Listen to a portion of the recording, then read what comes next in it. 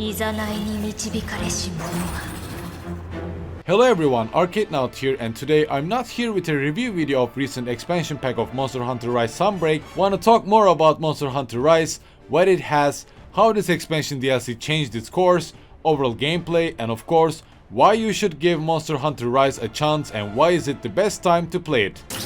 主への緑手を捧げ続ける I will be only showing footage from the encounters that Capcom showed by Sunbreak trailers, so you won't be seeing the final boss whatsoever, just like some of the douchebags here show without giving any warnings. I've been playing Monster Hunter Rise since its release on Nintendo Switch and also played Monster Hunter World both on PC and PlayStation. With that, I think I can state that it's time for Monster Hunter World players to move on and start giving a chance to Monster Hunter Rise and Sunbreak due to increased difficulty spike and challenge that Sunbreak brought. And yes, I do believe it's best time to start playing Monster Hunter Rise with Sunbreak DLC, as it offers quite an hardcore experience, especially by its endgame content, leaving its easy but yet fun content behind for challenging and engaging taste. I did find the content and the challenge of Mon Hun Rise quite easy, to be honest, which made me focus on trying different builds, hunting and capturing different monsters to create gears and equipment for fun and to satisfy my curiosity, experimenting with different attributes, trying out my experiments on wholesome monsters. 問えば満ち足りぬのだと答えるが如く But with Sunbreak, this changes. With the new Master rank implemented, Sunbreak hunts begin as quite standard level and then increases difficulty by each Master rank level. After a while, around Master rank 5 and endgame, when you realize that you have the maximum amount of armor that you can have and no new armor sets to unlock, you realize something. You realize that you need to have a decent gear which is optimal and suitable with the weapon you are using. You realize that you need to learn how to play your favorite weapon better and you need to learn to cooperate with your teammates, when to heal, when to get back, and when to attack. All of these experienced through difficulties were quite lacking by Monster Hunter Rise, I believe, as players used to clear different hunts through co-op game modes without breaking a sweat, at least by most of the hunts, so to say. But with Sunbreak's approach, I think old school Monster Hunter players or Monster Hunter World fanbase will love this new approach and difficulty spike.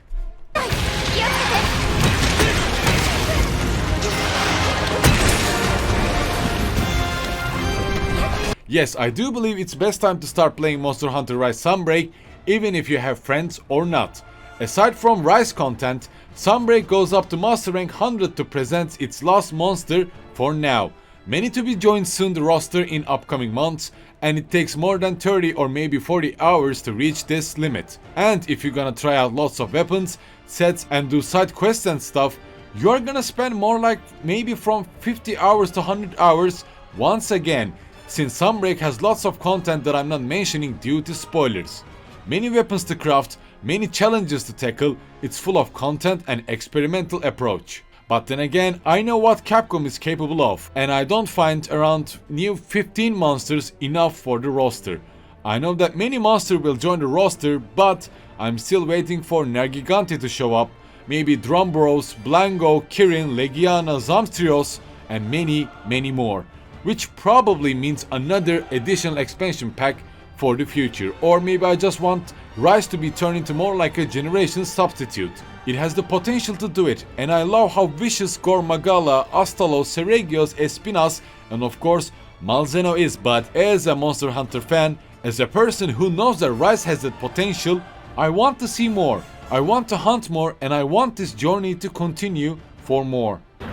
竜はより早く時期を楽しむかのようにより高くから新たな金色の墓標を築く My Sunbreak journey started with me wanting to focus on a new main weapon. I picked up my Valstrax dual blades, hunted a couple of monsters and went for Hammer this time first, listening to a recommendation of a friend of mine.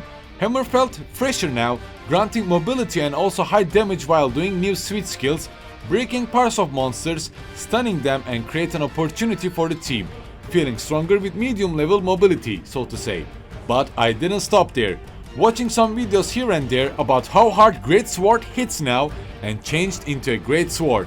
Up until now I've been playing it more than maybe 20 hours, non-stop, trying to perfect my parries and charge attacks to deal more than 1000 damage, and trust me, this 1000 damage is probably rookie numbers. I've been searching for the best great sword for a while, how to react to each monster's one-hit KO moves, and trying to place myself correctly, trying to deal damage at the correct time while playing on online, and also searching for the best attributes or something related to another weapon.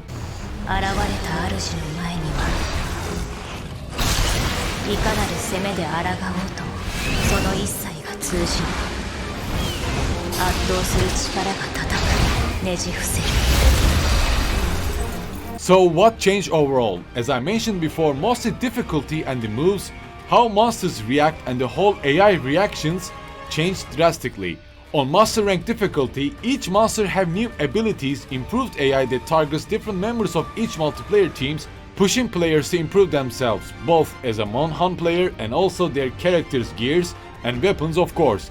But by Sunbreak, defeating a monster, looting it and then crafting a new gear won't just suffice. Gear and weapon composition, creating decorations to improve your lacking attributes, and finding out different weapons for different monsters become more crucial now. Maybe similar to how Iceborne felt first. This kind of approach was always within Monster Hunter Rise, but playing like this was not necessary by the end game of Rise. Maybe during the patches around Basilgeuse or Teostra and Valstrax, the way Sunbreak requires this creates a challenging yet improving experience. For example, even though I crafted the fire damage switch X of Magma Almudron, I can't play it. Why? Because I lack the armor and attributes to support switch X like Rapid Morph whatsoever. I might just join a multiplayer quest and try to inflict damage, but I am sure I would be a burden or useless to be frank. Make my fellow Japanese Monhan players carry me, or the worst, hate me and tell me to go back to my country.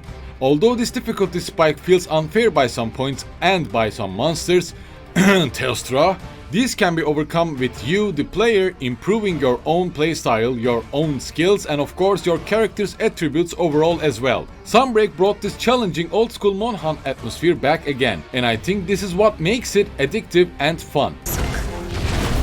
視力を尽くし抗うほどに叩きねじ伏す力は収まることなくついにはまがまがしき姿が顕現する。 With Sunbreak, all of the new weapons earn new switch skills that can be mostly used with wirebugs, which also makes some new changes to the overall gameplay, like focusing on Bug Whisperer attributes when crafting armor to reduce overall cooldown of the basic wirebug uses. Especially if you are playing Greatsword, you might wanna go for a strong arm stance, which lets you use 2 charges of wirebugs to parry an attack and then do a counter attack with 3 charges, maybe giving you a chance to break a monster's head whole into 2. Making them cry in pain and cursing your own very existence. And yet, there are still tons of weapons that I didn't try out, so it will be wrong for me to make any recommendations. As far as I looked at what other people play, least weapon that I saw are Insect Glaives, and then Sword and Shield, and probably Charged Blade. Though this doesn't mean that these weapons suck ass. On the other hand, light bowguns hit like a truck, greatswords themselves turn into truck, and longsword is still as popular as before. But also began to see more lances and gun lances from time to time. All of these players playing different weapons also make me wanna craft different weapons, therefore armors and sets to discover more about Sunbreak. But unfortunately I'm playing this all alone on my Nintendo Switch, and Monster Hunter Rise Sunbreak does not provide any cross-platform nor cross-saves, so it's best to decide on the platform you wanna play on first. Monster Hunter Rise is fun, but lacked the challenge or that difficulty level to make the players go for more detailed, optimized gear and loadouts. With Sunbreak, it is here. Sometimes this difficulty might make you angry and seem unfair, but with detailed weapon trees that offer different approaches, you can start with more defensive build, get to know that monster's attack patterns or that weapon specifically, and then change your weapon into more like high risk and high reward kind of build, and aim for harder targets. And then again, I think it's best time to start playing Sunbreak, especially if you have friends who are interested in Monhan or if they are still playing World and can't stop themselves from playing it. Show them a clip of Gore Magala or Malzeno and some gear sets and the rest will follow. Happy hunt, fellas!